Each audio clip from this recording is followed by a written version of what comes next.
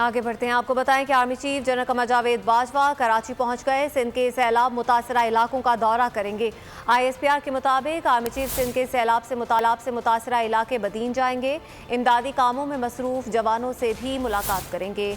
Army chief general Qamar Javed Bajwa Karachi पहुंच गए हैं और वो सिंध के सैलाब मुतासरा इलाकों का आज दौरा करेंगे। ISPR के बयान के मुताबिक आर्मी चीफ सिंध के सैलाब से मुतासरा इलाके बदीन जाएंगे और इमदादी कामों में मसरूफ जवानों से भी मुलाकात करेंगे।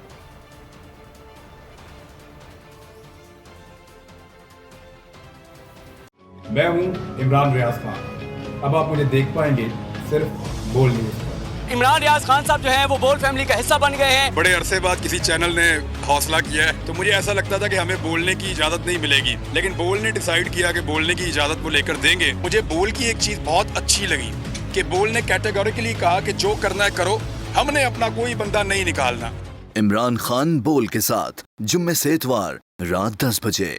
सबसे ज्यादा व्यूज, सबसे ज्यादा रील्स और सबसे ज्यादा रेटिंग के साथ बोल अब भी नंबर 1 पोजीशन पर बरकरार।